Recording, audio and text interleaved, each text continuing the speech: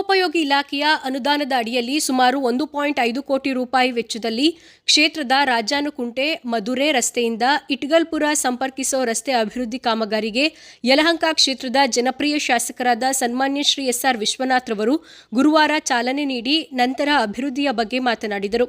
ಇದೇ ಸಂದರ್ಭದಲ್ಲಿ ಹಿರಿಯ ಬಿಜೆಪಿ ಮುಖಂಡರಾದ Dibbur Jayanna, DG Appayyanna, Itgalpura M Mohan Kumar, Vishwanathapura Manjunath, SG Narasimhamurthy, Veeranna ರಿಗ್ಲೆ, ಹೆಸರಘಟ್ಟ ಹೋಬಳಿ ಬಿಜೆಪಿ ಉಪಾಧ್ಯಕ್ಷ ಎಂ ಮೋಹನ್ ಕುಮಾರ್, ವಸಂತ್ ಅರ್ಕೆರೆ, ಮಂಜುನಾಥ್, ಅರುಣ್ ಕುಮಾರ್, ಕೃಷ್ಣಪ್ಪ, ರಾಮಕೃಷ್ಣಪ್ಪ, ಚಿಕ್ಕಪ್ಪಯ್ಯ, ಚೊಕ್ಕನಹಳ್ಳಿ ನಾಗೇಶ್ ಸೇರಿದಂತೆ ಗ್ರಾಮಸ್ಥರು ಉಪಸ್ಥಿತರಿದ್ದರು.